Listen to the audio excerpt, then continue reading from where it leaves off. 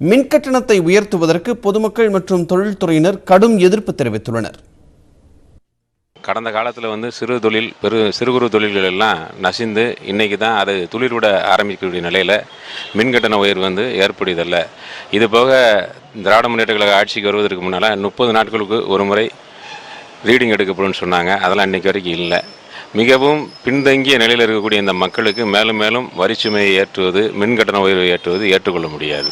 தொழிலுக்கு ஊக்கம் அளிக்க வேண்டிய மத்திய மாநில அரசுகள் அடுத்தடுத்து எங்களது தொழிலை நசுக்குகின்ற வேளையிலும் இந்த மின்கட்டண உயர்வு இருக்கிறது.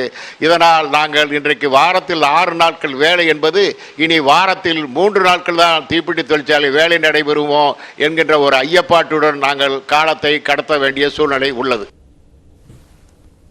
மின்சார கட்டண உயர்வு விவகாரத்தில் நிர்வாக திறமையின்மையை மறைப்பதற்காக பாஜக அரசு மீது திமுக அரசு குற்றம் சாட்டுவதாக பாஜக தேசிய மகளிர் அணி தலைவி வானதி ஸ்ரீனிவாசன் தெரிவித்திருக்கிறார்.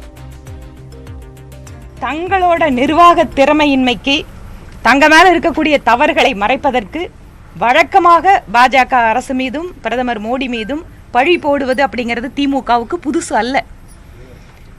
வரி வருவாய் பண்றதுல கூட, வரி வசூல் பண்றதுல கூட மத்திய அரசாங்கம் தங்களோட பணியை சிறப்பா பண்ணி அதிகமா நிதியை தமிழ்நாட்டுக்கு கொடுக்குறாங்க.